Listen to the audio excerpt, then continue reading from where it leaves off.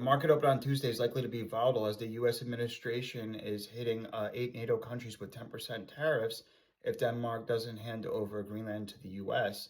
And that tariff level will likely increase to 25% later in the year. This is causing, NATO countries and Europe in general to pretty much hit back and punch back to the U.S., saying they don't want to be coerced and forced into handing over Greenland. I think there's a ways we could almost kill two birds with one stone. The U.S. could have more of a military presence in terms of the bases in Greenland, but there's no need for the U.S. to acquire it. It's more important that we keep our alliances intact with NATO so that could counterbalance China and Russia.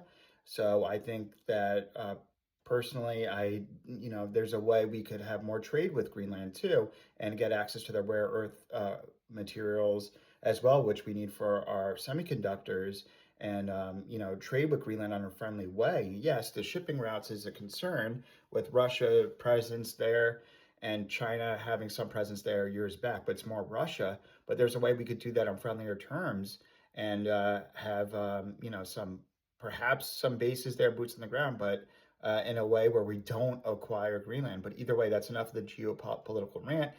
That debate will likely cause volatility this week. Also, we have the Supreme Court ruling on tariffs likely coming this week, so that'll likely have an indirect effect as well in the markets, and will take the seriousness of the administration imposing the 10% tariffs on NATO countries.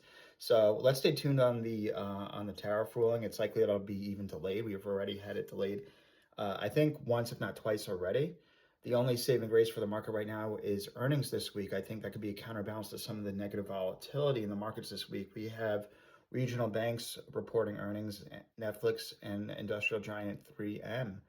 And I think I'm expecting good earnings reports from all those companies, which will likely be a counterbalance to the negative volatility and headlines we'll see this week. And look, the administration, there's going to be a meeting in Davos, a world economic, political leader meeting and tech meeting with all, pretty much the global elites going to and meeting. And we'll likely see some headlines about the Greenland debate.